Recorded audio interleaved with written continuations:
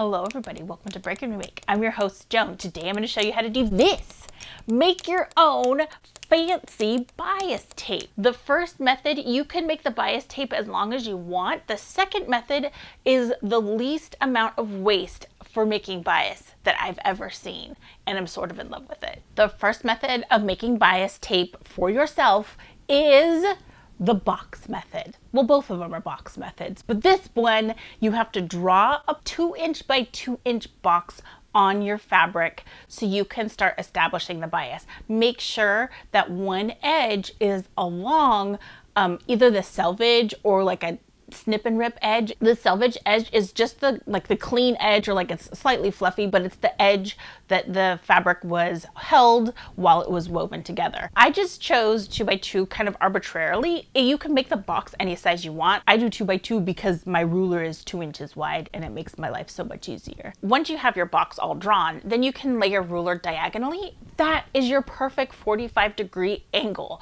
45 degrees is what we want when we're making bias because it has a little bit of stretch. Once you have your line drawn, then you can use it as a center line. You can start building out your bias from there.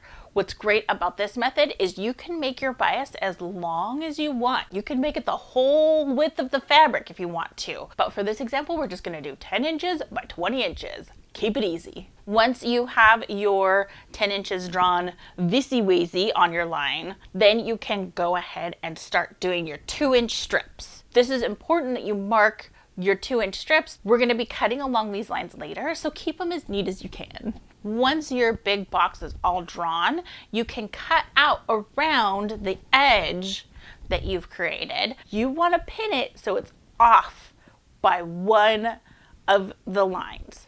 That's super confusing. Let me show you. What I want you to do is I want you to offset one square. I want you to offset one line, and then you will be in business. Here is my offset on the back. What this is going to allow us to do is sew this together and then cut it apart in one unravelly big piece. This next method is one I found on the Colette sewing blog. I'll link to it below, but it's less wasteful, which I super enjoy. It's kind of what I'm into. So what I'm gonna do is I'm gonna take a piece of fabric that is 20 by 20 inches. I'm going to cut it in half diagonally. All right, my doves, get ready. Your brain's about to melt. It's okay.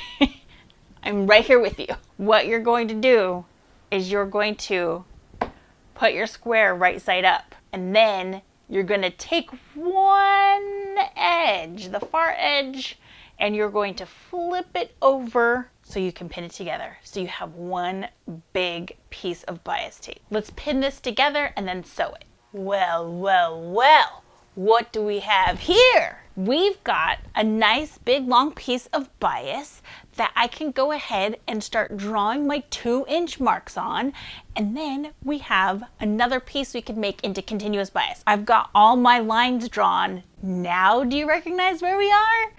It's getting more and more clear what we need to do. We're gonna pin this together. It's gonna take a little bit of like wrestling to get it together. You're gonna pin this together, offsetting by one section. Let's pin it and do this. Now that it's sewn together, do you recognize where we are? Yes! So all we have to do is cut this up, and then we have our bias tape for the square method. To set up your bias tape to sew, you can use a bias tape maker, which will hold everything in place while you press it into its fun final shape. If you don't want to spend the money to get a fancy gadget, just iron it a ½ inch in and you will be just fine. Sew the unfinished edge first, and then that way when you come all together, you get a nice clean finished edge. Magic. All right, everybody, thank you so much for watching. If you like this video, give it a thumbs up and subscribe for more eco-friendly DIYs. We'll see you next time. Bye. There we go. Yeah. Ooh. Here I am.